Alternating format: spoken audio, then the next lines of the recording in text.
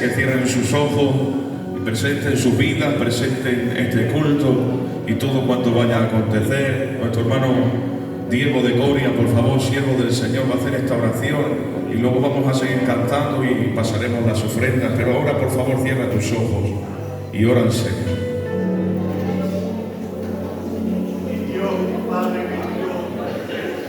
Gracias en esta tarde por estar en tu presencia juntamente, Señor, con tu iglesia, tu amada iglesia.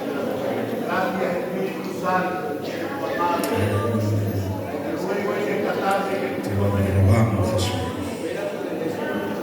nuestras vidas y las tuyas. Señor. Me lleves al trono de la gracia. Podamos respirar, Señor, tu presencia.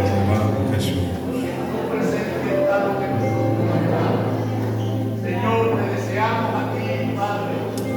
No queremos, Rey de Gloria, voz de hombre. Queremos, Señor, tu Santo Espíritu. Te doy gracias por la visita de tu gobierno. Te ruego de que tú los bendigas grandemente. Te ruego por su casa, sus hijos. Te lo rogamos, Jesús. Bendice, Padre, su familia. Bendice el trabajo de sus manos. Bendice su ministerio, Padre. Aleluya. Ruego sean usados en beneficio de las almas. Las almas son tuyas. Tú las has comprado y las has amado. Úsate, Señor, de esta tarde. Y danos nuestra porción. La porción, Señor, de tu Santo Espíritu. Te doy gracias, Señor, por tu siervo aquí plantado. Bendícelo, Padre. Y adoramos, Jesús. Y adoramos. Bendice la administración. Te ruego, Padre, que nos sigas, porque tu compañía no nos falta. Apelamos a tu misericordia, porque sabemos que no somos nada. Gracias por tanto amor. Gracias por tanto poder. Gracias. En Cristo Jesús. Amén. Dale un fuerte aplauso al Señor.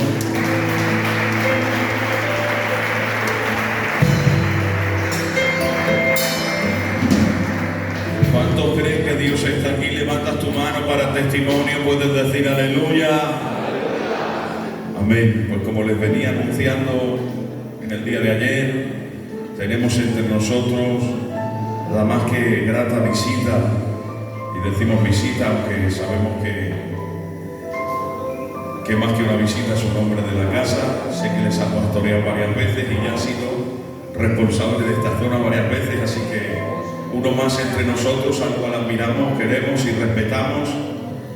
Desde hace unos días es el flamante responsable de la zona de Extremadura y somos de las primeras iglesias que recibimos su visita y nos sentimos honrados por la visita del hermano Loco de Extremadura que venga de la iglesia de la Señora.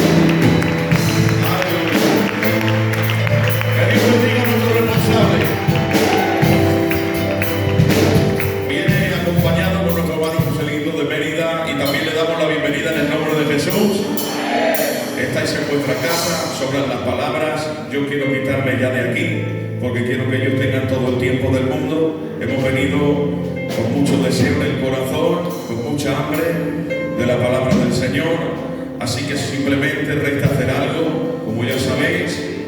Vamos a sacar una alabanza de júbilo o de espiritual, lo que queráis, sois los dueños, y vamos a pasar las ofrendas. Floja un poquito, hermanas, que si no luego se os vais a despistar. Hace un par de semanas hicimos ayuno de hombres. Mañana a las 10 tenéis ayuno las hermanas, a las 10 de la mañana. Como yo voy a venir a traerlas a mi compañera para que haga el ayuno, el que quiera, nosotros lo vamos a ir a almorzar, que ayunen ellas. Para la otra semana haremos ayuno general para toda la iglesia, ¿vale? Pero nos tocó a nosotros, mañana les toca a ella. Así que hermanas, mañana todas aquí a las 10 para hacer ayuno con mi compañera. Y el que quiera, nosotros nos vamos a almorzar por estar juntitos, ¿de acuerdo? Pues nada más, esa alabanza, pasar las ofrendas y con ustedes, los hermanos, que vamos a disfrutar en esta tarde. Venga. La iglesia espera su regreso.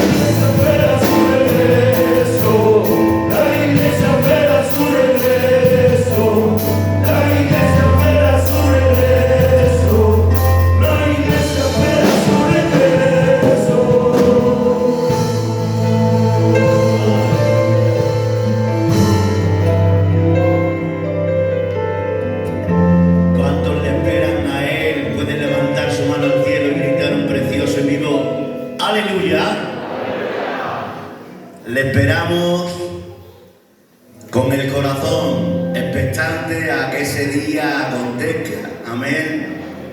El que ha de venir vendrá, dice el apóstol. Amén. Y Él no tardará. Aleluya. El Señor viene pronto. Gloria a Dios. Estoy contento de poder estar aquí con vosotros en esta tarde. Me decía nuestro hermano responsable, me acompaña a Plasencia. Ya acompañarle a Él es un lujo, el poder estar con Él es una bendición, pero el poder estar con vosotros, con la iglesia del Señor, pues es una bendición. Amén. Hacía tiempo que yo no venía por aquí y me siento feliz y contento de veros bien. Os veo bien, disfrutando de las bendiciones del Señor. Amén. Y como decía el corito, esperando el regreso del amado. Amén. A que el Señor venga a por su iglesia, venga a por ti, a por tu casa, por tu familia. Amén. Le esperamos anhelantemente, expectante a que ese día venga, como dice el apóstol. Amén. En un abrir y cerrar de ojos, el Señor nos va a llamar a su presencia, esa nube preciosa, majestuosa, blanca. Amén. Y allí estaremos toda una eternidad con el Señor. ¡Ay, qué bien!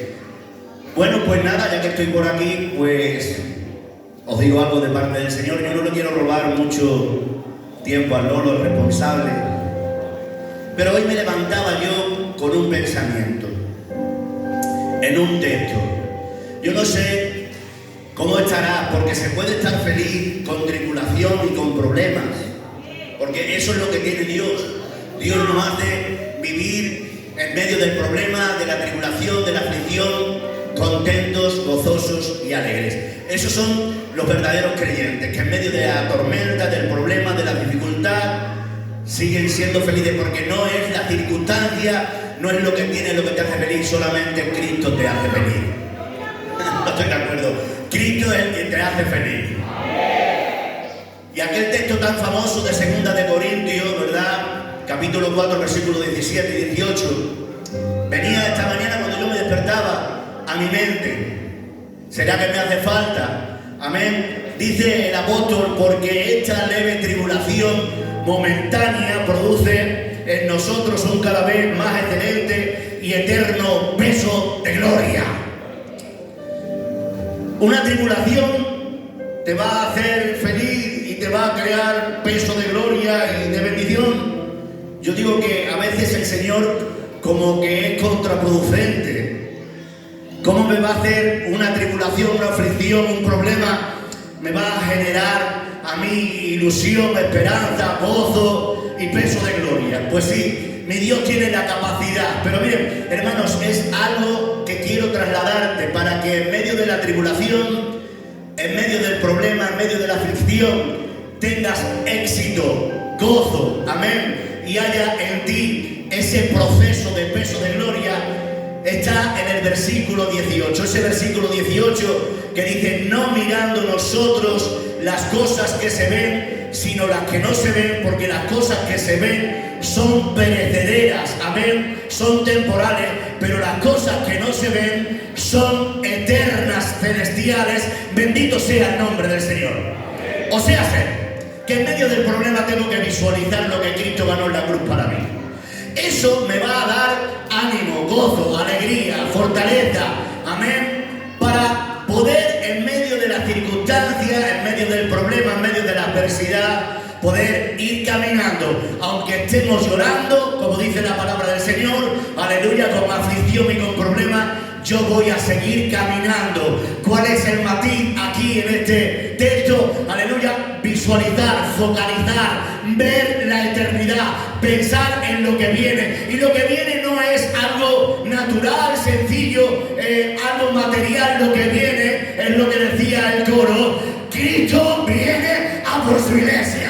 Y cuando Cristo venga por su iglesia, allí alcanzaremos nosotros la eternidad por siempre y la felicidad y el gozo eterno, en el nombre del Señor. Mi actitud en medio del problema va a marcar la diferencia. Y no es una confesión positiva: yo voy a ser feliz, voy a ser feliz. No, eso sería de tonto. Yo soy un hombre gozoso, feliz en medio de las circunstancias, porque Él me ha prometido una eternidad de gloria. Pero mi actitud, mi manera de encarar, de focalizar la tribulación, el problema y la aflicción, yo no sé si hay alguien hoy aquí atribulado, afligido, triste, tengo que decirle, eleva tu mirada, amén, al cielo, a lo celestial, a lo eterno, pon tus ojos en Jesús, aleluya, y vas a recobrar ánimo, fuerza, esperanza, en el nombre maravilloso de Jesús. Me llevaba el Señor hoy a dos textos esta mañana. ¿Qué diferencia un mismo grupo de personas en la misma circunstancia? Unos cabizbajos, derrotados, afligidos, tristes, y otros en las mismas circunstancias, gozosos, llenos de paz y de esperanza en el nombre del Señor. En el capítulo 137 del libro de los Salmos aparece ese texto tan predicado, tan nombrado, amén. Dice: junto a los ríos de Babilonia allí nos sentábamos y aún llorábamos acordándonos de Sion. Las glorias pasadas han venido a ser motivo de tristeza, de tribulación. Hay gente que hoy dice, por la circunstancia que está pasando, se acuerda del pasado, que bien estaba en el pasado. Nosotros somos atemporales porque Cristo está permanentemente con nosotros y no hay circunstancias ni momentos que nos haga feliz. Es Cristo quien te hace feliz. Y estos decidieron de colgar sus arpas en los sauces y decir: ya no cantamos más. Hay algunos que dicen, bueno, que no cantaban porque les era prohibido cantar fuera de Sion, fuera de Jerusalén. Pero lo que viene después, una persona atribulada, una persona afligida, una persona llena de tristeza, si no se renueva, yo hoy quiero que hoy nos renovemos en el nombre del Señor, amén. Que focalicemos, amén, la eternidad, lo que viene, con esa esperanza de gloria, que nos animemos, que nos elevemos, que sigamos, aleluya, andando para conquistar lo que Cristo ya ganó por nosotros en la cruz del Calvario. Que no te quedes ahí parado, focalizado en tu problema, porque si te quedas parado, focalizando tu problema, al final eso termina dañándote. Dice la palabra del Señor, amén. Ya lo último, porque no quiero leerlo todo. Dice: si no enalteciere a Jerusalén, como prefiere asunto de mi alegría, oh Jehová, recuerda contra los hijos de Edom el día de Jerusalén, cuando decían: arrasadla, arrasadla hasta los cimientos, hija de Babilonia, la desolada. Bienaventurado el que te diere el pago, fijaros bien, de lo que tú nos hiciste a nosotros. Dichoso el que tomare y estrellares tus niños contra la peña. Estos, en la tribulación, en el problema, en la circunstancia, se habían anclado, habían focalizado su pena y la habían hecho suya, que profesan, en vez de bendición, profesan maldición. Aleluya. Hoy en este caso tengo que decirte, aleluya, focaliza lo que viene. Ninguna cosa al presente, amén, nos va a desanimar, sino que focalizando lo que viene, la esperanza de lo alto, aleluya, nos va a animar. Miren, déjenme decirles, dice Salmo 126, fíjense qué diferencia. Estos estaban atribulados, afligidos, amén, tristes, y están profereando y están hablando y están diciendo cosas que no son legítimas. Pero déjenme decirles, estos están en la misma circunstancia. Los del capítulo 126 dice: cuando Jehová nos hiciere volver de la cautividad de Sion. Estos están pensando en el futuro. No pienses en el presente, no te quedes en el presente, piensa en el futuro. Están cautivos en Babilonia, tienen la misma tristeza, tienen el mismo dolor, han sido desarraigados de sus casas, pero estos piensan cuando Dios nos hiciese volver de la cautividad de Sion. Atento a esto. ¿Qué dijeron los otros? Ay de quien cogiera a tus hijos y los estrellara contra las piedras. Estos dicen: seremos como los que sueñan. Aleluya. Seremos como los que sueñan, y entonces nuestra boca se llenará de alegría y de risa, y nuestra lengua, aleluya, de alabanza en el nombre del Señor. Un estado de tristeza, un estado de aflicción, un estado de tribulación momentánea.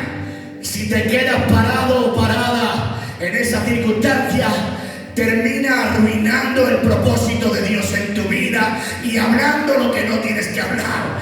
Pero déjenme decirles, piensen ustedes en lo que Cristo ha ganado por nosotros y para nosotros. El cielo, la eternidad, estar toda una eternidad con Él para siempre. Eso nos va a animar, nos va a fortalecer y nos va a dar peso de gloria en el nombre maravilloso del Señor.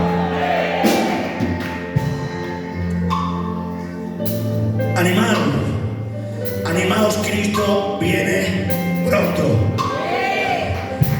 Y con Él su galardón. ¿Cuántos le esperan? Levanta tus manos al cielo. Grita un potente y vivo gloria a Dios. Mientras que tengas fe, vas a seguir caminando, vas a seguir andando. Aunque tengas problemas, dificultades, adversidades, Satanás quiere arruinarnos, quiere que nos hundamos. ¿Saben ustedes? Dice la palabra del Señor que Pedro, cuando ve venir a Jesús, al maestro: si eres tú, dime que vaya. Y él dice: ven. Él sale de la barca, focaliza sus ojos en Jesús, y mientras que está mirando a Jesús, él camina sobre las aguas. Pero dice la palabra que viene un viento por allí y hace susurro. Él mira. Cuando te desfocalices, cuando el problema tenga la capacidad de quitar tus ojos de la cruz, va a venir el problema. Dice la palabra que Pedro se hundió, pero el evangelio no es ni el problema, ni la dificultad, ni la adversidad, es para hundirnos. El evangelio, Jesucristo ha venido para elevarnos hasta lo más alto, hasta lo más sumo, hasta la eternidad, en el nombre de Jesús. Ese aplauso para el Señor, por favor.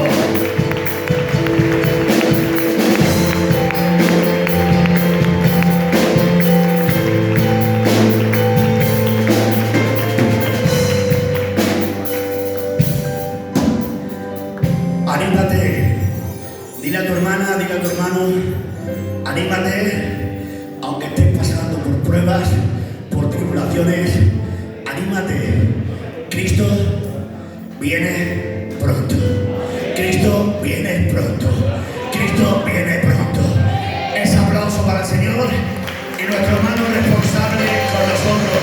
Que Dios les bendiga, aleluya. Esa alabanza bonita y el responsable con nosotros, aleluya.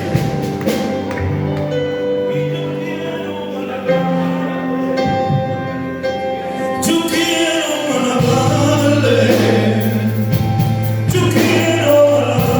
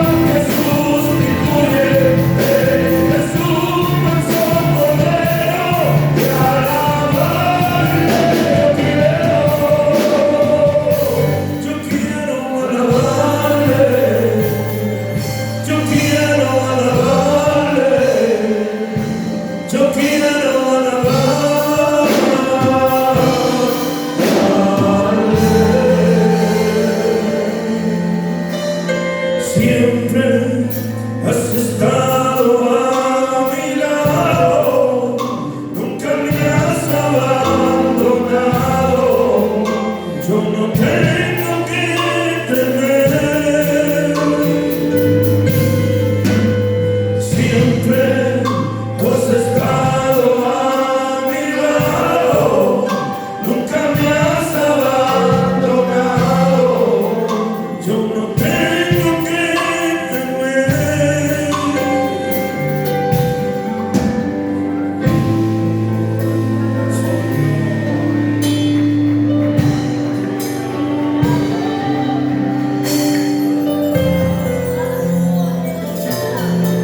Amén.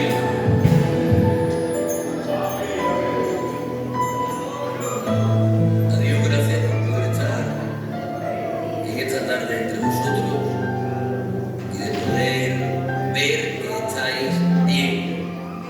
Amén.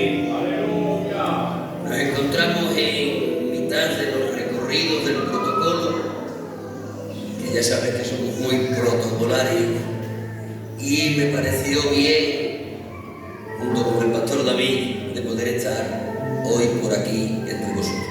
Y como os decía, me alegra de ver que estáis bien. La evidencia de que estáis bien es que estáis aquí. Porque entiendo que aquí todos hemos venido a congregarnos en torno al nombre del Señor. Y cuando un ser humano viene a congregarse en torno al nombre de Jesús es porque tiene necesidad de Dios. Y tener necesidad de Dios es evidencia de que hay vida de Él dentro de nosotros. Por lo tanto, estar aquí no obedece a venir a una ceremonia más, obedece a saciar una necesidad que hay en nuestro interior. Que nunca la necesidad del Señor nos falte. Porque si hay necesidad del Señor, tenemos la garantía de que Dios la va a suplir. Dios es excelente. Nunca se queda sin recursos. Lo único que se necesita es tener necesidad de Él. Amén. Voy a compartiros brevemente una porción de la palabra del Señor, que se encuentra en el Evangelio según San Lucas, en el capítulo 2. Vamos a estar leyendo del verso 22 en adelante. Es una historia archiconocida por todos nosotros, pero que a mí, a pesar de saber que la conocéis, me agrada el poder narrarla para refrescar vuestra memoria. Y después de narrarla os voy a decir 2 o 3 cosas acerca de esta historia que van a ser el alimento de Dios hoy para tu alma. ¿Cuántos tienen necesidad de un alimento divino para hacer permanecer a su alma saludable? Levanten por favor su mano, digan amén. Y cuando se cumplieron los días de la purificación de ellos, conforme a la ley de Moisés, le trajeron a Jerusalén para presentarle al Señor, como está escrito en la ley del Señor: todo varón que abriere la matriz será llamado santo al Señor. Y para ofrecer, conforme a lo que se dice en la ley del Señor, un par de tórtolas o 2 palominos. Y he aquí, había en Jerusalén un hombre llamado Simeón, y este hombre, justo y piadoso, esperaba la consolación de Israel, y el Espíritu Santo estaba sobre él. Y le había sido revelado por el Espíritu Santo que no vería la muerte antes que viese al ungido del Señor. Y movido por el Espíritu, vino al templo.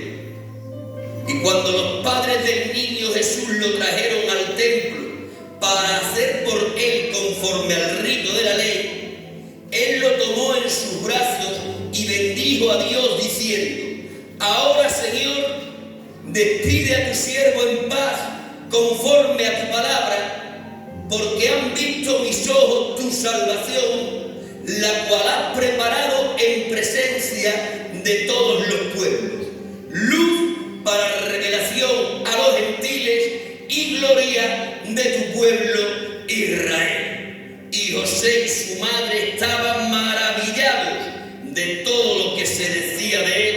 Y los bendijo Simeón y dijo a su madre María: he aquí, este está puesto para caída y levantamiento de muchos en Israel, y para señal que será contradicha. Que Dios bendiga su palabra en cada uno de vuestros corazones. Mirad, en esta historia lo que hemos narrado ha sido aquel día señalado en la biografía de Jesús, en la que a nuestro Señor, siendo todavía un bebé de 40 días, le presentaron en el templo de Jerusalén, conforme a lo establecido en la ley. Y de esta preciosa historia yo tengo tres cosas que decirles. Tres cosas que entiendo que les van a hacer bien a su corazón. Lo primero importante que les tengo que decir acerca de esta historia es que no hay creyente sin propósito y que no hay propósito sin dolor. Lo segundo que les voy a compartir va a ser acerca de esa verdad bíblica que dice que la fidelidad no puede estar basada en la esperanza de una recompensa, sino en el amor a aquel al que eres fiel. Y lo tercero y último que tengo para compartiros hoy es que en esta historia se nos enseña que Dios, nuestro Dios, es el Dios de todos, pero también de cada uno. Acerca de estas tres verdades os voy a predicar. No hay creyente sin propósito y no hay propósito sin dolor. La fidelidad no puede ser estimulada por la esperanza de una recompensa, sino por el amor a aquel al que eres fiel. Y Dios es Dios de todos, pero también es Dios de cada uno. Recibe esta palabra con el mejor aplauso que puedas ofrendar.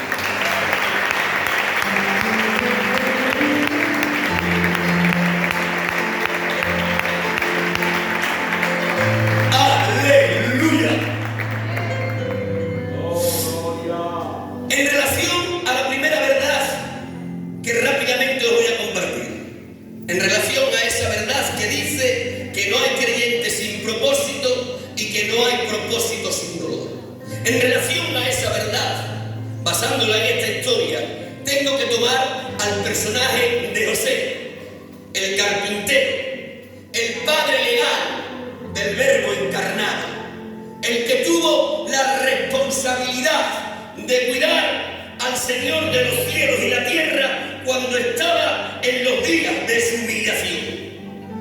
Y tengo que tomar a ese personaje porque en él aparece ilustrada la primera verdad que os quiero compartir. En José aparece ilustrada la verdad de que no hay creyente sin propósito y no hay propósito sin dolor. Si os acercáis conmigo a examinar la historia, os percataréis de que todo sucede en Jerusalén, concretamente en el edificio más importante de Jerusalén, el templo. Ahí sucede todo lo que hemos leído. Pero la pregunta que yo os quiero hacer para ir adentrándonos en lo que os quiero compartir es: José, María y el niño están en Jerusalén, pero ¿de dónde venían? Si tuviésemos que mirar la residencia de José y María, podríamos decir, seguramente vendrían de Nazaret.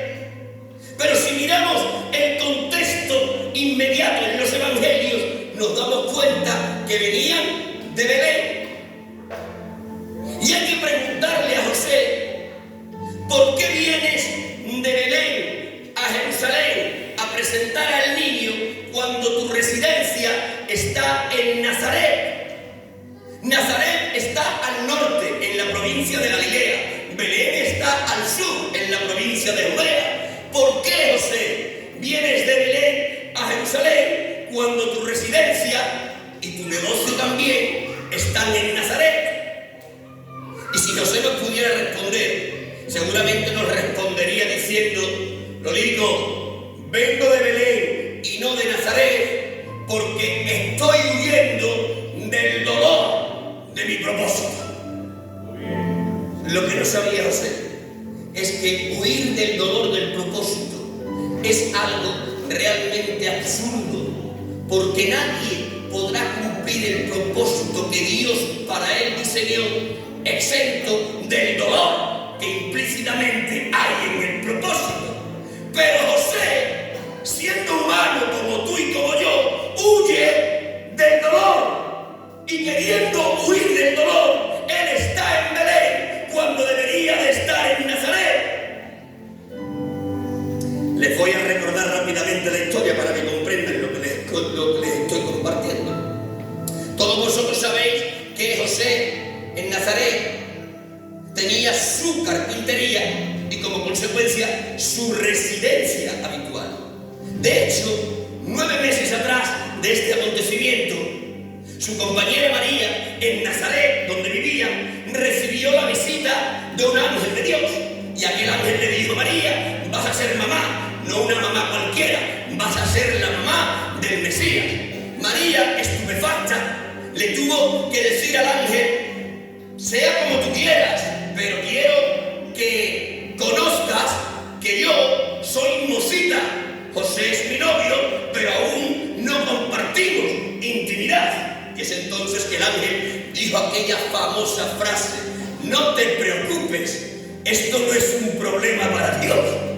La sombra del Altísimo vendrá sobre ti y el santo ser que nacerá será llamado Hijo de Dios. Es decir, que aquel ángel, en otras palabras, le dijo a María: serás mamá sin necesidad de varón. Después de recibir esa noticia, que tan solo conoce María y no la comparte con nadie, a María, su padre y su novio José le dan permiso para ir a casa de Elizabeth, la que sería mamá de Juan el Bautista. ¿Por qué? Porque son parientas.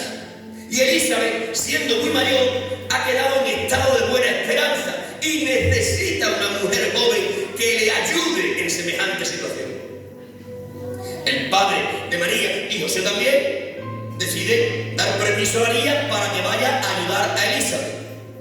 Ha estado en casa de Elizabeth 3 meses ayudándola. ¿Hasta qué? Hasta que Elizabeth dio a luz a Juan el Bautista. Tras de eso regresó a Nazaret, y de que regresó a Nazaret empezó la dramática historia de José. María ha vuelto a Nazaret, no como se marchó. María se marcha de Nazaret siendo la honorable doncella que está pedida con el honorable José, pero ahora vuelve aparentemente como la doncella mancillada que ha sido infiel a José. Se hace de dominio público rápidamente. ¿Por qué? Porque la evidencia es incuestionable. María viene con clara evidencia de estar en estado de buena esperanza después de estar 3 meses sin ver a su novio José. Todo parece indicar que María ha sido infiel. Cuando María ha llegado a Nazaret, Nazaret es una pequeña aldea, se ha convertido en la comidilla de todos. El último en enterarse, como siempre, fue José. José era un hombre honorable en Nazaret, y era un hombre honorable por su genealogía. José pertenecía a la tribu de Judá, pero más importante todavía, pertenecía a la familia de David. Es decir, en el árbol genealógico de José había un sinfín de reyes, entre ellos David y Salomón. Si Israel hubiera estado libre del yugo de los romanos, posiblemente José hubiera sido rey en Israel.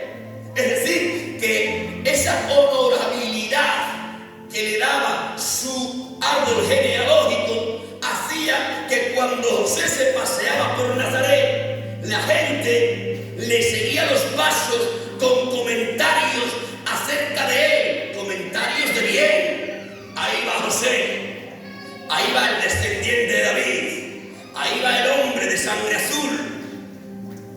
Pero a partir de este acontecimiento, a José ya no le llaman José el honorable. A partir de este acontecimiento, a José le llaman Joselillo. ¿Por qué? Porque José no solo ha tenido que presenciar la traición de María, que estaba evidenciada en su embarazo, sino que es que además de eso, José ha decidido recibir a María a pesar de la traición que evidentemente ella le había hecho. Todos conocen la historia. José ha recibido a María, aunque aparentemente ésta le ha sido infiel, porque Dios en sueños se le reveló a José. Ya conocéis sobradamente la historia. Cuando José vio a María en la forma en la que le vio, recibió un shock emocional. Pero como la quería, no quería mandar a matarla, sino dejarla secretamente. Y cuando está pensando en cómo dejarla secretamente para no matarla, dice el texto sagrado que José se echó a dormir cansado de la frustración que estaba viviendo. Y estando durmiendo, dice el texto que se le apareció un ángel del Señor y le dijo: Joselito, no temas recibir a María por mujer, lo que ella es engendrado del Espíritu Santo es. Y es entonces que José se despierta del sueño sabiendo que María, a pesar de estar en estado de buena esperanza y a pesar de que lo que lo esperaba no era suyo, ella había sido fiel. Él lo sabe, pero no lo puede compartir con nadie. ¿Veis lo absurdo que sería que José hubiera compartido con la gente para justificarse? No ha sido infiel la María, que me ha dicho Dios que lo que ella había sido engendrado por el Espíritu de Dios.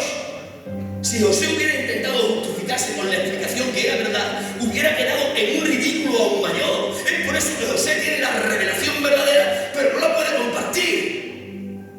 Para todos los demás, José es un hombre que ha perdido el honor porque ha recibido a una mujer que le ha sido infiel. Él sabe que no, pero para todos los demás lo es. Pero él acepta la voluntad del Señor. Él acepta el dolor del propósito que Dios para él diseñó. ¿Cuántos sabéis aquí que Dios tiene un propósito personal, individual e intransferible para cada uno de nosotros? ¿Cuántos de aquí sabéis que no sois el producto de la casualidad? ¿Cuántos de aquí sois conscientes de que no sois ni tan siquiera el producto del amor de vuestro padre y vuestra madre? ¿Cuántos de aquí saben que todos nosotros como creyentes somos el producto de un propósito divinamente gestado en la eternidad? El propósito personal de Dios contigo es tan sumamente importante que tu existencia tiene su razón de ser en el propósito que Dios para ti diseñó. Y ese propósito, que es la razón de tu existencia, es el porqué y el para qué de la misma. Voy a intentar explicaros esto rápidamente y después vuelvo a la historia.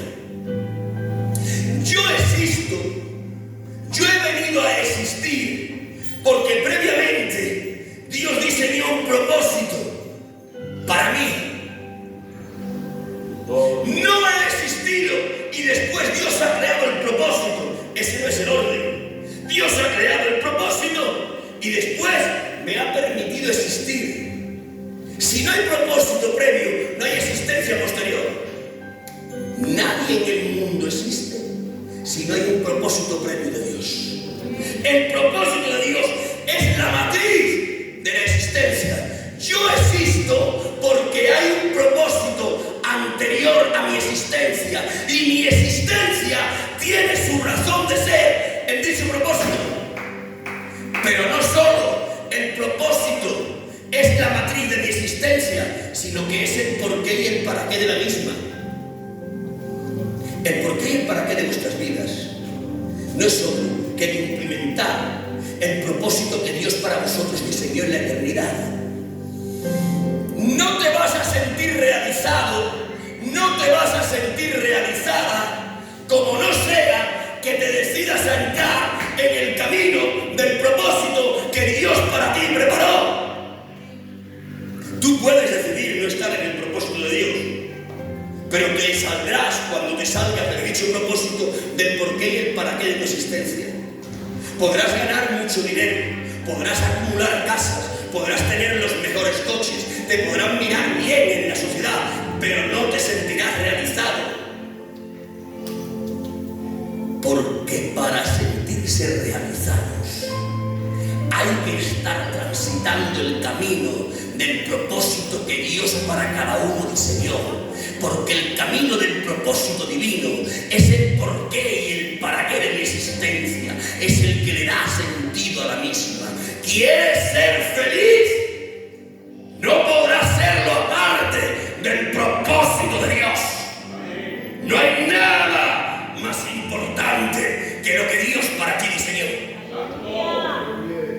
Y en esta verdad entra José. Dios también diseñó para José un propósito antes de que José existiese. ¿Sabes cuál fue el propósito de Dios para José? El propósito de Dios para José fue que fuese niñero de un bebé hasta que ese tuviese uso de razón. Seguramente alguno de aquí dirá, pues qué propósito más minúsculo, qué propósito más ridículo. ¿Cómo es posible que toda mi vida vaya a girar en torno a ser niñero de un bebé hasta que tenga uso de razón? Eso parece un propósito insignificante. Pues ese era el propósito de Dios para José. Y a José no le importó asumirlo, porque José tenía la luz suficiente para saber que lo importante del propósito no es la grandeza que éste tenga de cara a los ojos de los hombres. Lo importante del propósito reside en saber que estoy haciendo aquello que Dios me mandó. No se trata de ser responsable, no se trata de ser presidente, no se trata de ser profeta, no se trata de ser pastor, no se trata de ser salmista, no se trata de tener preponderancia, se trata de barrer el culto, sabiendo que ese es el propósito que Dios para mí diseñó. La grandeza de un propósito no se mide con la regla humana, se mide con la regla de Dios. Lo importante es tener conciencia de que yo estoy haciendo no otra cosa, sino lo que Dios me mandó. Lo importante es tener conciencia de que yo estoy siendo no otra cosa, sino lo que Dios me mandó que yo fuese. La gran importancia de la vida es ser lo que Dios quiere que seas y hacer lo que Dios te mandó para hacer. José lo entendió. Yo he nacido para ser niñero de un bebé hasta que tenga uso de razón. Ese propósito es el que provocó mi existencia y ese propósito es el que le da sentido a la misma. El porqué y el para qué de yo existir, diría José, es cuidar a un bebé hasta que tenga uso de razón.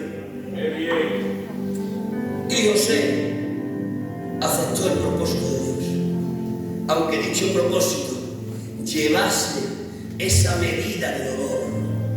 La medida de dolor que es soportar perder el honor. La medida de dolor que es tener que caminar y que detrás de tus pasos te siga la crítica de todos aquellos que conviven contigo.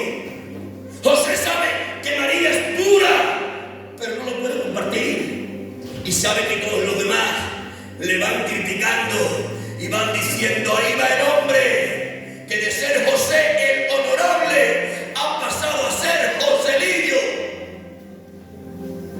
Pero asume el dolor del propósito.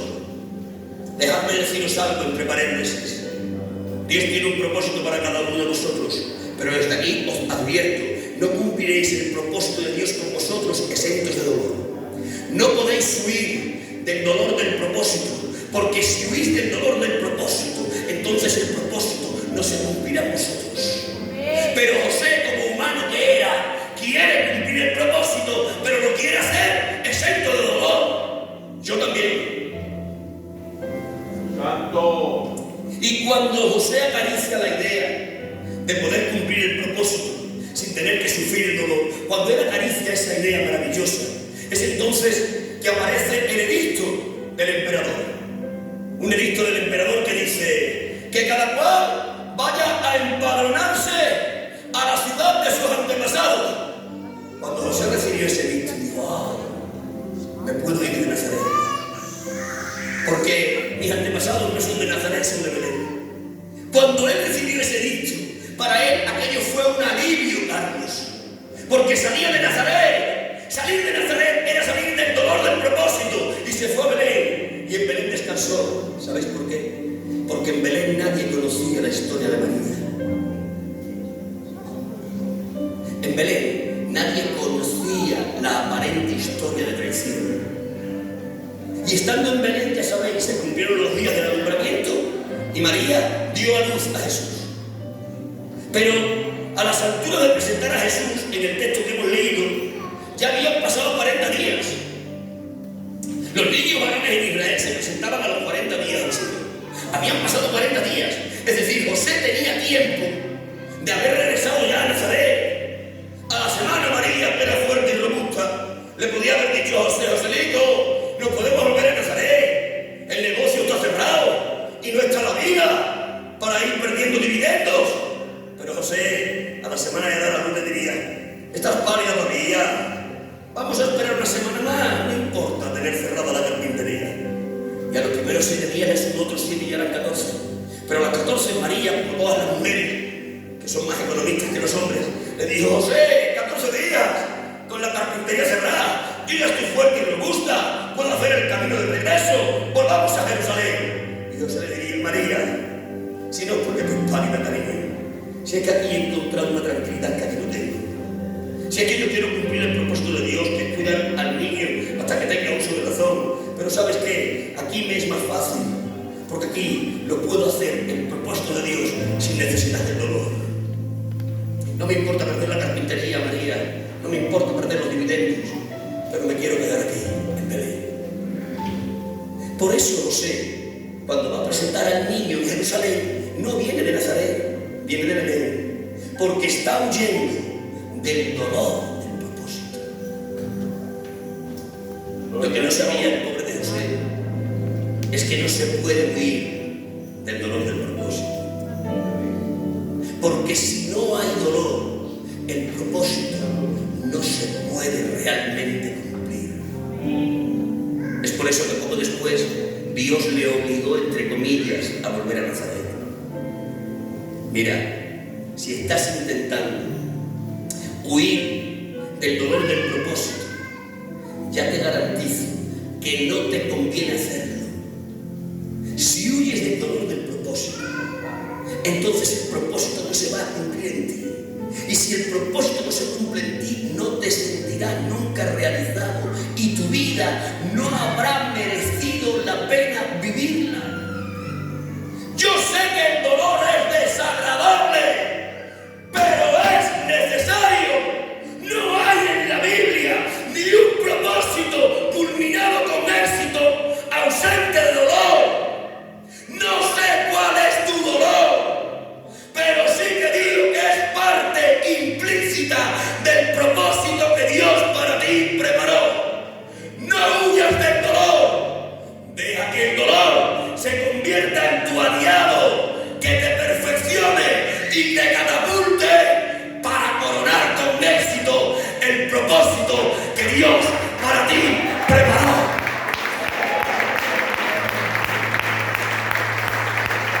¿Cuántos entendieron hasta ahí? Levanten la mano bien arriba y alto. Grite: ¡Gloria a Dios! Mirad, esto que os estoy predicando es tanto así que podía usar un sinfín de personajes bíblicos para ilustrar esta verdad. Pero no voy a usar un sinfín, voy a usar 3. Mirad, Juan el apóstol es un hombre creyente y por lo tanto hay un propósito de Dios para él. ¿Y qué propósito? En el propósito de Dios con Juan está el escribir un evangelio, está escribir 3 cartas universales, está escribir el libro de Apocalipsis, está el ser el apodado del discípulo amado del Señor. Todo eso es parte del propósito de Dios con Juan. Pero os pregunto sin que me contestéis, ¿pudo Juan cumplir ese propósito exento de dolor? Y tengo que decir en letras mayúsculas entre signos de admiración: ¡no! Escribió el evangelio, es cierto, las 3 cartas universales, el Apocalipsis, fue conocido como el discípulo del amor, pero todo eso se fue elaborando en mitad del dolor. Sufrió la persecución bajo Nerón, sufrió la persecución bajo Domiciano, tuvo que vivir la experiencia de ser introducido en un caldero de aceite hirviendo, y para más INRI tuvo que vivir la experiencia de la cárcel de Patmos. Cumplió el propósito, sí, pero elaborado a través del dolor. ¿Quién de aquí se acuerda de Jeremías? Dios le dice a Jeremías: Jeremías, antes de que nacieses, antes, ya te conocí y te di por profeta a las naciones. Qué propósito más extraordinario, ¿no? Este sí tiene glamour, ¿eh? Este tiene glamour. Profeta de carácter internacional. Si viniese un profeta a cada uno de nosotros, le puse la mano y le diría: ¡Lolo! ¡Darabarayas! Así dice Dios: te establezco como profeta internacional. Entonces yo y todos vosotros. Pero os digo, este propósito de ser profeta internacional que Dios tiene diseñado para Jeremías fue algo gratuito. Lo pudo llevar a cabo exento de dolor. A Jeremías le persiguieron los sacerdotes, le persiguieron los profetas, le persiguieron los reyes, le persiguió su propia familia, lo tiraron en el pozo cenagoso. Llegó un día a exclamar a Jeremías: no me merece la pena vivir. Y en otro día le dijo: no predico más, tu palabra me afrenta. Estaba desesperado. ¿Por qué? Porque el cumplimiento del propósito estaba entremezclado con la escuela del dolor. Es por eso que te vuelvo a reiterar: no hay creyente sin propósito, pero no hay propósito sin dolor. No huyas del dolor del propósito, porque el dolor del propósito es el que te va a preparar para catapultarte a fin de coronar la cima del propósito que Dios para ti preparó. Pero, ¿para qué voy a hablaros de fotocopias cuando os puedo hablar del original? Nuestro Señor Jesús no se saltó este principio eterno que estoy predicando. Jesús se sujetó a él. Carta a los Hebreos, capítulo 5. Dice el texto sagrado, esto es un misterio, palabra que es un misterio. Dice el texto sagrado, Hebreos capítulo 5. Y aunque era hijo, el principio del texto ya está bonito. Dice: y aunque era hijo, es como que el autor está diciendo: por ser hijo, no estaba eximido del dolor. Y aunque era hijo, hay algunos por ahí que predican y dicen: somos hijos de Dios, por lo tanto estamos libres de todo mal. Es mentira. El texto sagrado, en relación a Jesús, dice: y aunque era hijo, el ser hijo no le guardó de experimentar el dolor. Y aunque era hijo, es hijo, dice: sí, es hijo, pero va a sufrir, dice también. Pero como siendo hijo se sufre, dice: es parte de la escuela del Señor. Y aunque era hijo, por lo que padeció, aprendió la obediencia, fue perfeccionado y declarado Redentor universal. Teniendo el texto presente, os pregunto sin que me contestéis: el propósito de la deidad para el Hijo encarnado, ¿cuál era? Que el Hijo encarnado fuese el Redentor universal. Pero el texto nos dice que para ser redentor universal, antes tenía que ser perfeccionado.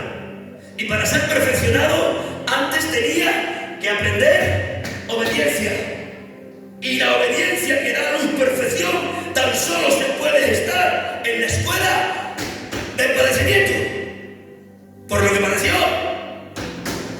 aprendió la obediencia. Y por aprender la obediencia fue perfeccionado. Y por ser perfeccionado, pudo alcanzar a ser redentor universal. Es decir, que si Jesús, para alcanzar la cima del propósito que la deidad para él preparó, si Jesús, para ser el redentor universal, que era el propósito que a él se le asignó, tuvo antes que ser perfeccionado, y para ser perfeccionado tuvo que aprender a obedecer, y para aprender a obedecer tuvo que estar en la escuela del padecimiento, si él tuvo que vivir esta regla de oro, ¿crees que tú y yo no la tendremos que vivir? No huyas del dolor. El dolor es el aula de la Universidad de Dios que nos enseña a obedecer con calidad. A ver si esto lo explico bien. La obediencia que perfecciona no es una obediencia cualquiera. La obediencia que perfecciona es la obediencia de calidad. Pero la obediencia de calidad, Ángel, no fluye en el bienestar social. No, la obediencia de calidad tan solo fluye en la escuela del padecimiento. Será lo mismo obedecer pleno de salud que obedecer lleno de enfermedad. Será lo mismo obedecer con la cuenta del banco por las nubes que obedecer en el caos económico.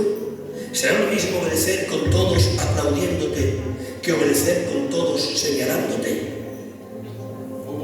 No es lo mismo obedecer con todo el viento a favor que obedecer con todo el viento en contra. La obediencia de calidad que perfecciona tan solo surge de la escuela del padecimiento. La obediencia de calidad que perfecciona tan solo surge cuando le dices a Dios que sí, enfermo. Cuando le dices a Dios que sí en el caos económico. Cuando le dices a Dios que sí cuando todo te señala. Cuando le dices a Dios que sí cuando te mandan a pastorear y no tienen para comer. Cuando le dices a Dios que sí cuando todas las circunstancias alrededor son desfavorables. Cuando yo le digo a Dios que sí, cuando todo me está gritando alrededor que no, cuando yo en mitad del padecimiento sigo diciéndole a él que sí, entonces ese padecimiento me está llevando a una obediencia de calidad. Y solo la obediencia de calidad me lleva a la perfección. Aquí perfección no habla de impecabilidad, aquí perfección habla de madurez. Habrá algunos que se pregunten, ¿y yo por qué no maduro? ¿Y yo por qué no soy perfecto? Porque no obedeces a Dios en la escuela del padecimiento. Es que queremos el bienestar social. Es que queremos obedecer a Dios, pero que todo nos vaya bien.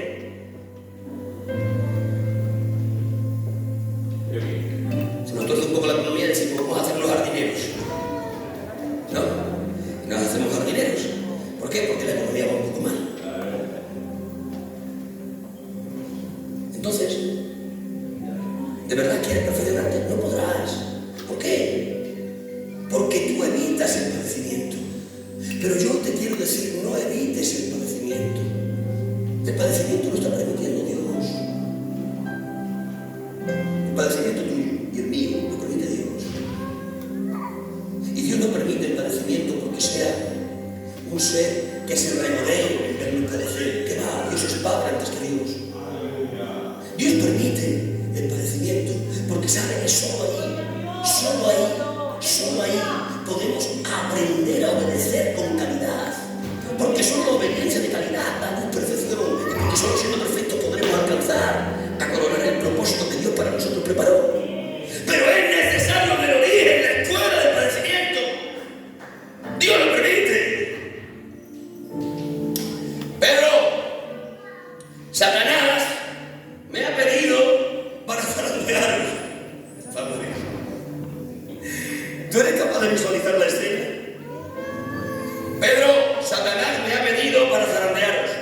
Jesús está diciendo que Satanás vino a pedirle algo.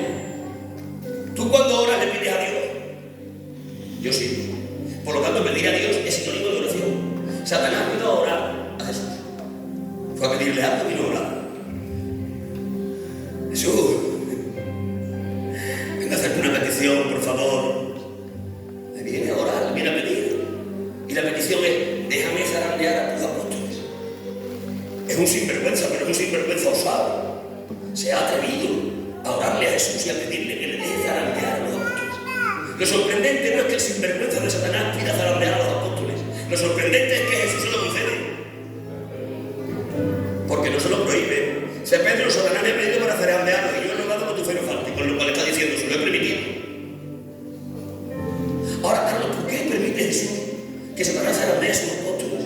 Si Jesús es su enemigo y los apóstoles son sus amigos, ¿por qué lo permite? Porque el zarandeo les enseñaría a obedecer la dificultad y esto les llevaría a la perfección para acabar siendo los apóstoles del Cordero que Dios en la eternidad para ellos diseñó. Notad la palabra que usa la Biblia. Todo en la Biblia tiene importancia. Las palabras que están en la Biblia no están ahí de casualidad. Nosotros creemos en la inspiración plenaria. Aun las palabras son inspiradas por Dios. Y la palabra que pide Satanás es: déjame zarandearlos, zarandear. ¿De dónde viene esa palabra? La palabra zarandear viene de la zaranda. ¿Sabéis qué es la zaranda? La zaranda, por lo menos en la antigüedad, era un utensilio de albañilería. Yo lo he usado. Que os conste que yo he trabajado en albañil. Y la zaranda servía para purificar la arena. Cuando yo era peón de albañil, cogía la zaranda y ahí estaba un montón de arena y había que edificar ahí una casa. Pero la arena que está aquí tiene impureza, no vale para edificar. ¿Qué necesita la arena con impureza para poder ser arena que edifique? Necesita la zaranda. Y yo cogía la pala y la metía y la echaba en la zaranda. Y ahora yo cogía la zaranda y empezaba a mover derecha, izquierda. Y a medida que iba moviendo la zaranda, lo que caía era la arena y lo que quedaba eran las piedrecillas que hacían impura la arena y que no la hacían arena capacitada para edificar. Y yo dejaba la arena filtrada y tomaba las piedras y las tiraba. Es decir, la zaranda hacía mejor la arena. ¿Sabes por qué Dios permite zarandeo en tu vida? Porque necesita hacerte mejor. Porque somos arena con imperfecciones, no preparadas para edificar. Pero para poder edificar necesitamos pasar por la zaranda. ¿Cuántos me entendieron eso?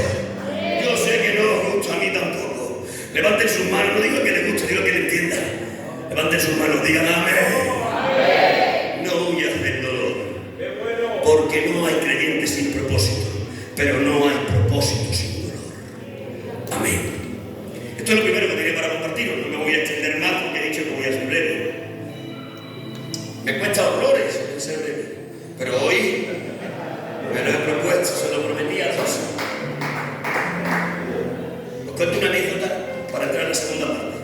Una vez predicando en un sitio, estoy predicando, y de esas veces que aparece una gloria de Dios tremenda, y aparece una gloria de Dios tremenda. ¿Sabes cuál era el problema? Que la gloria apareció en mitad del mensaje, y a mí palabra que me irritó. Mira, hay una gloria, que todo el mundo se puso de pie, adorando, y yo en el púlpito, lo has visto, que me queda la mitad del mensaje. Quiero decir que me cuesta horrores, pero hoy lo voy a hacer. Voy a entrar en la segunda parte. La primera ya os quedó clara. No hay creyentes sin propósito, pero no hay propósito sin dolor. El propio Jesús lo tuvo que experimentar. Por lo que padeció, aprendió la obediencia, fue perfeccionado y declarado Redentor universal. No vais a coronar la cima del propósito de Dios con vosotros, a menos que aceptéis el dolor, que os aprenda a obedecer y os perfeccione. ¿Cuántos lo entendieron? Digan amén. La segunda cosa que tenía para compartiros de esta historia es que la fidelidad verdadera no se practica en la esperanza de una recompensa.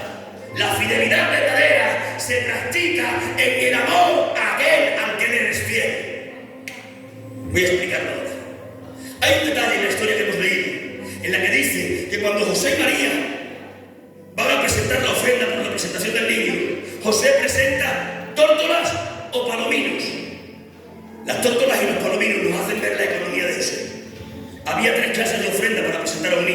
Los ricos presentaban del ganado vacuno, los de economía media presentaban del ganado ovejuno y los pobres de la tierra presentaban aves, palominos o tórtolas. ¿Qué presentó José? Palominos o tórtolas. ¿A qué esfera social pertenecía? A la de los pobres de la tierra. Él no tenía ganado vacuno, él no tenía ganado ovejuno, él era de los pobres de la tierra.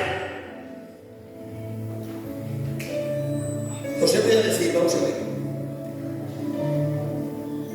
he tirado mi honor por cumplir tu propósito. He tenido que dejar mi carpintería en Nazaret. Todo por ser fiel. Y esta es la recompensa que me das. Ser de los pobres de la tierra. Pero José nunca diría eso. ¿Sabéis por qué? Porque José había entendido esto que yo estoy predicando. José entendía que la fidelidad a Dios no nace de la esperanza de una recompensa. La fidelidad a Dios nace del amor a aquel al que eres fiel. Lo voy a resumir.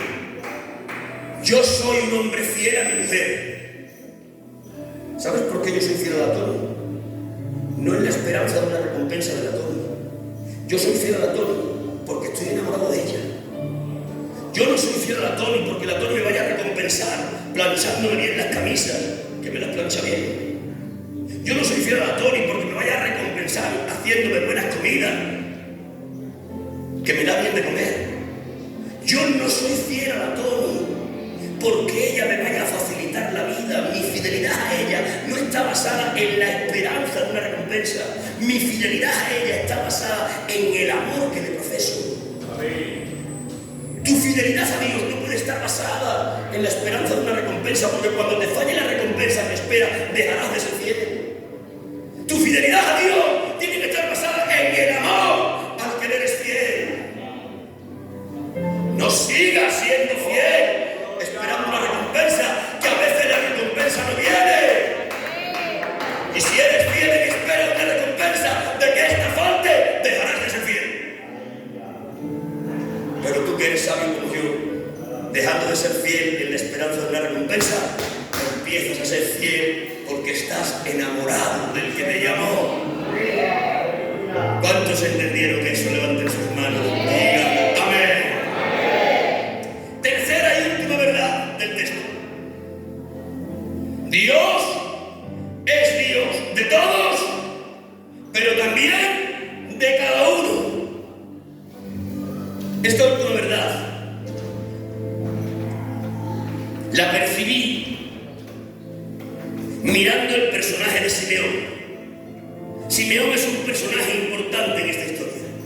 Simeón es ese personaje que aparece de la nada, pero que es capaz de ir donde está el niño Jesús, tomarlo en sus brazos, hacer una oración de despedida delante del Señor.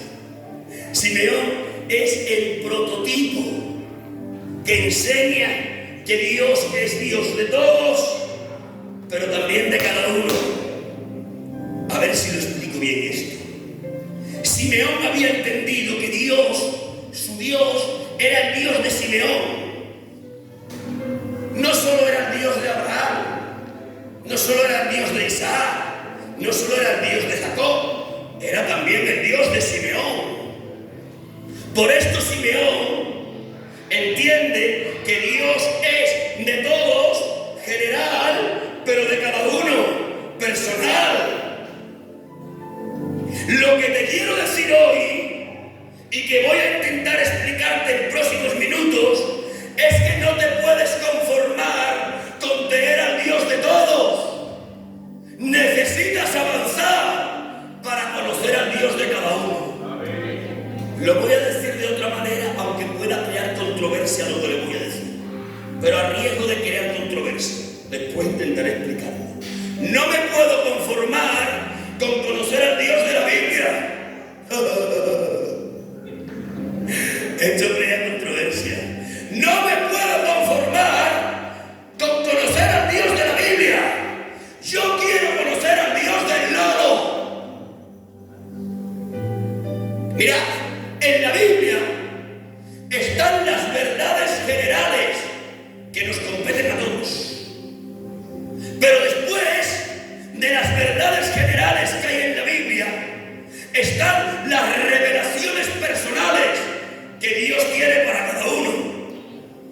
Dejadme entrar en esta línea para explicarlo.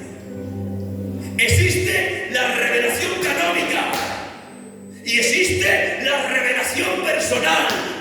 La revelación canónica es la que está en ese bendito libro. No se le puede añadir ni restar tampoco. La revelación canónica está comprendida entre el libro del Génesis y el Apocalipsis. Ahí están todas las verdades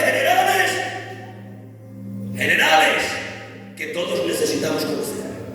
Ahí se nos dice que todos tenemos que ser padres buenos para nuestros hijos.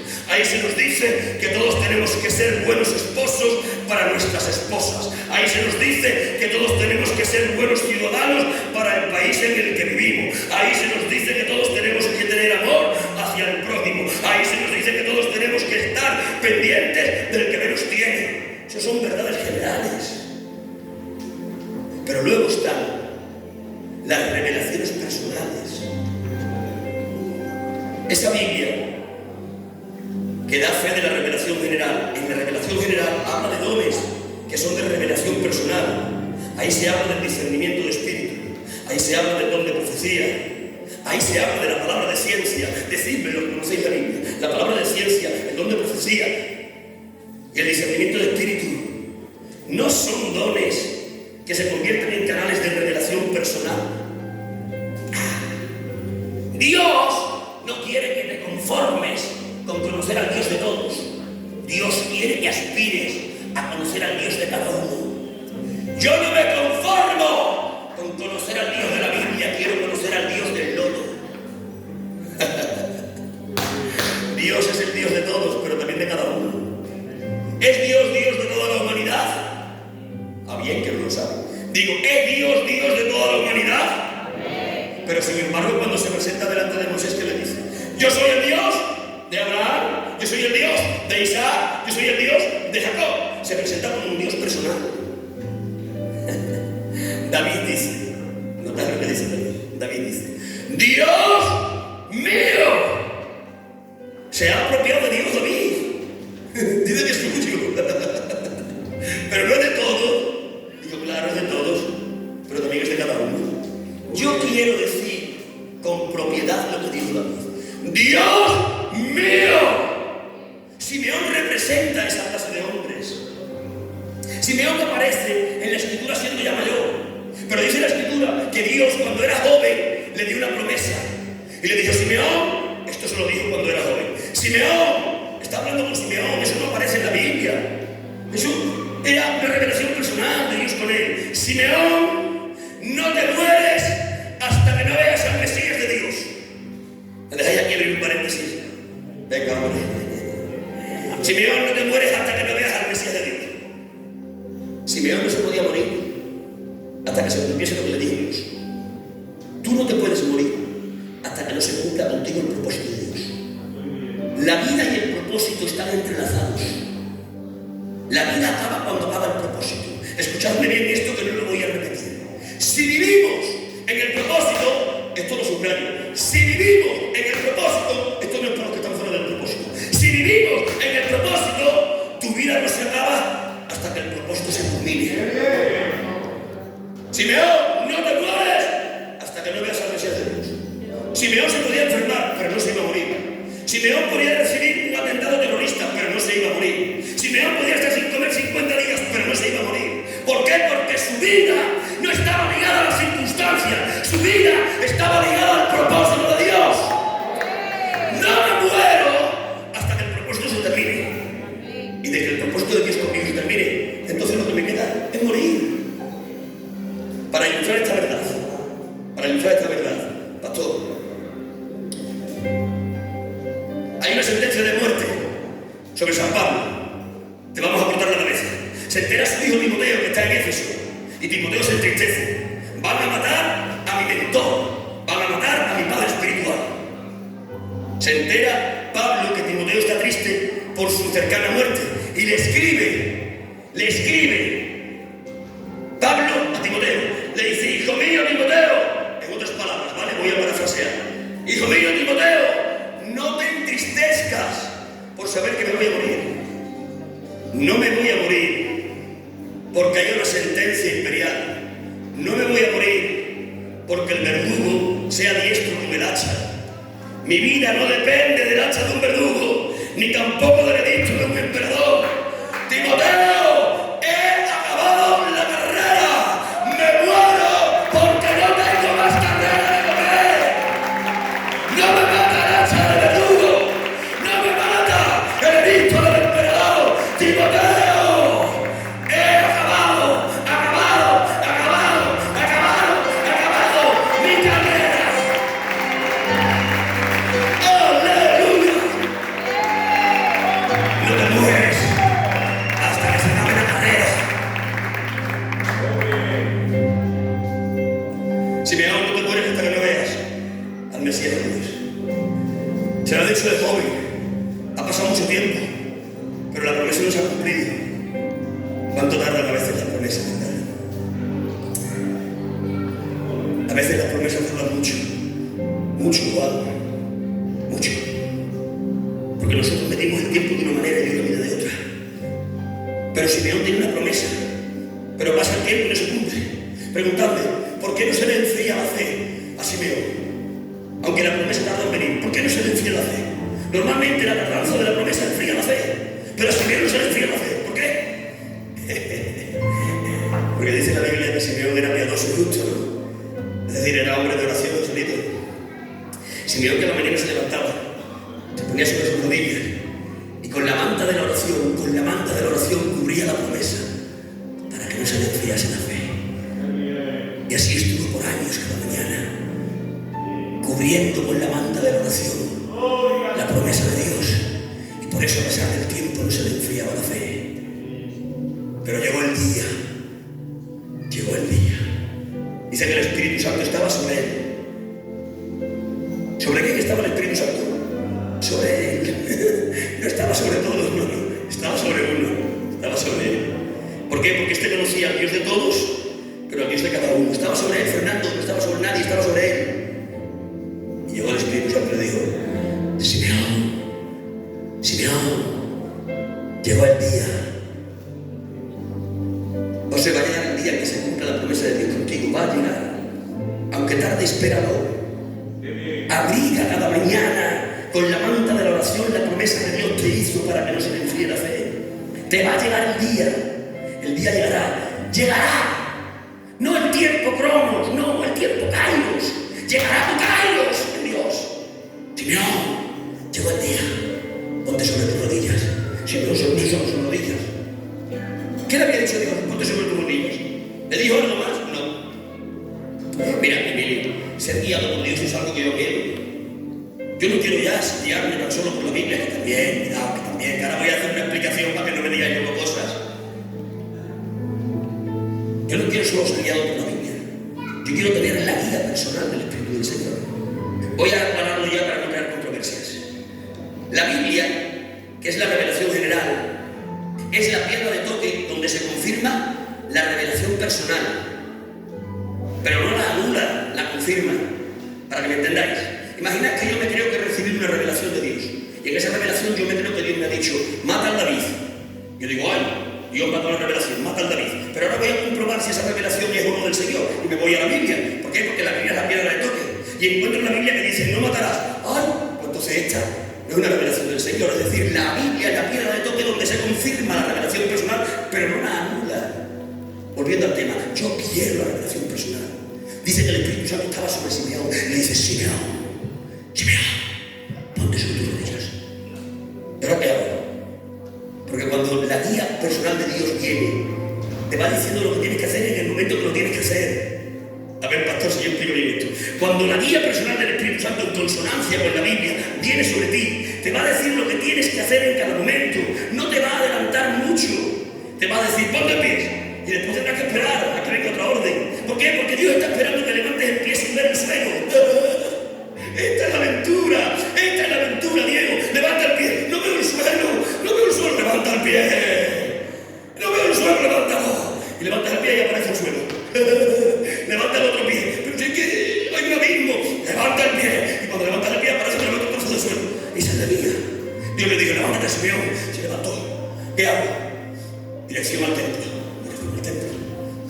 Entró en el templo.